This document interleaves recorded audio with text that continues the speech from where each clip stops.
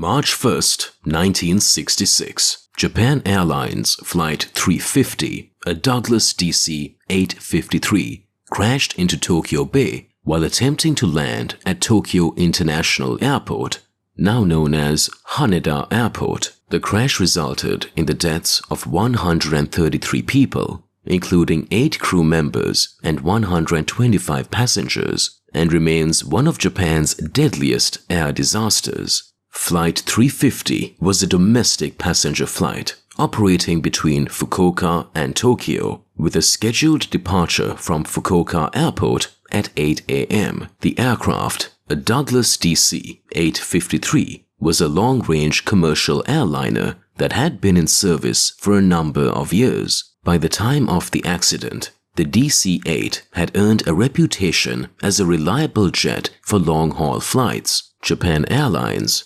Japan's national carrier, had been operating DC-8 aircraft for several years and had accumulated significant experience with the model. Flight 350 was no different in terms of its maintenance or performance history. The aircraft was in good condition before the flight. The crew aboard Flight 350 included an experienced team led by Captain Akira Sato, a seasoned pilot with over 13,000 flight hours. Alongside Captain Sato were First Officer Hiroshi Kato and Flight Engineer Takashi Takahashi, both of whom had considerable experience flying DC-8s. The crew was fully qualified and well trained for the task at hand. The flight was uneventful until it began its descent into Tokyo. Weather conditions at Haneda Airport were reported as clear and windy, with visibility well within operational limits for a safe landing.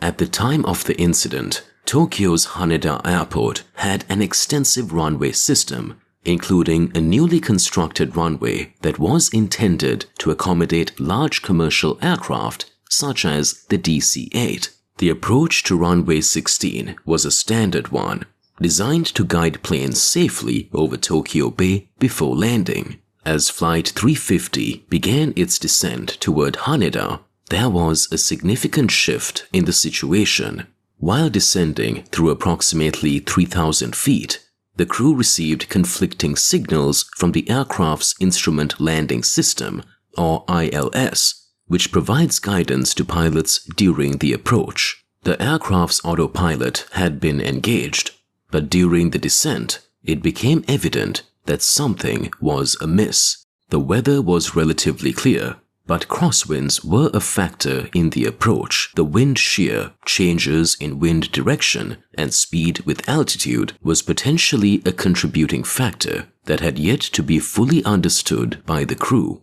The autopilot, which was set to handle the aircraft's descent, could have been affected by these changes in the wind patterns. Despite the autopilot's engagement, the aircraft started to veer off course. The flight crew was aware of this and attempted to regain control manually. As the aircraft descended further, the ILS system continued to provide misleading information. In response, the flight crew adjusted their approach, but by this time they had lost vital altitude and were too close to the water.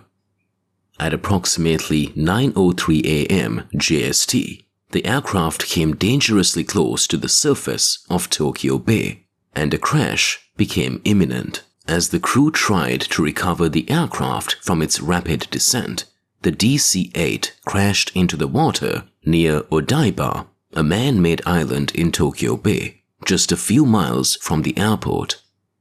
The impact was devastating. Despite efforts to activate life vests and deploy emergency equipment, 133 people lost their lives in the crash. The rescue operation that followed was swift, but complicated due to the proximity of the crash site to the coastline.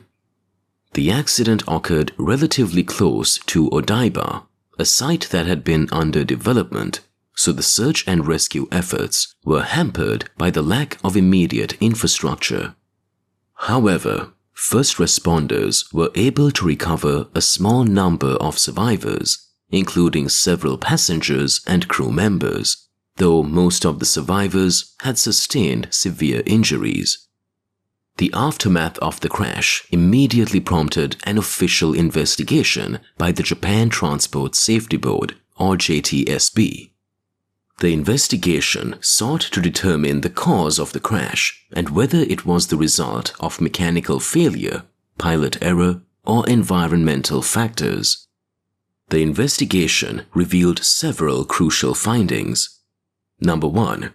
Instrument landing system failure. The primary cause of the crash was attributed to the failure of the ILS, which had provided misleading signals to the pilots during their approach.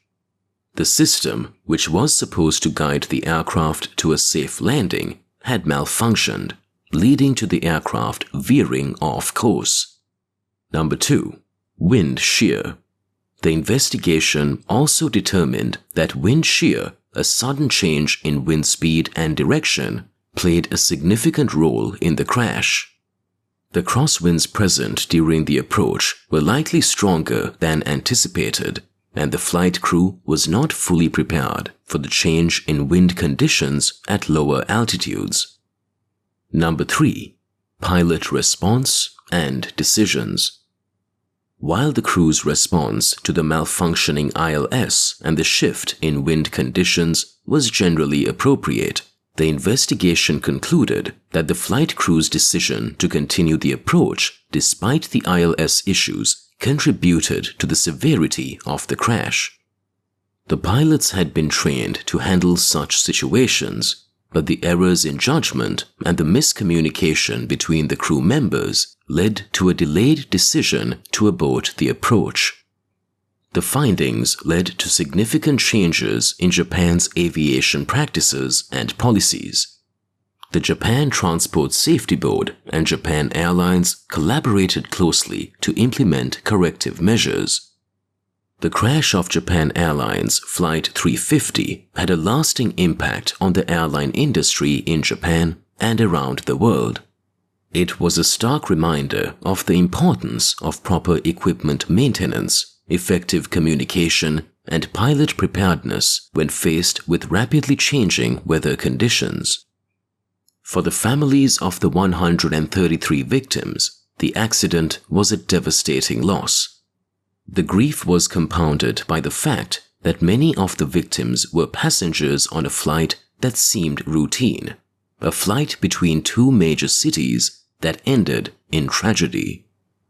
In the years that followed, the crash prompted several memorial services and the eventual creation of permanent memorials for the victims in Tokyo Bay and nearby locations. This crash, while tragic, also paved the way for a safer aviation future. Japan Airlines, along with other carriers, adopted safety measures that would help prevent similar disasters from occurring in the future. The lessons learned from Flight 350's crash helped improve the global aviation industry's understanding of ILS reliability, wind shear effects, and pilot decision-making under challenging conditions. The legacy of Japan Airlines Flight 350 endures to this day, reminding the world of the constant need for vigilance and improvement in aviation safety practices. Despite the profound sadness that the crash caused, the advances made in the years following the disaster have contributed to safer skies for millions of air travelers worldwide.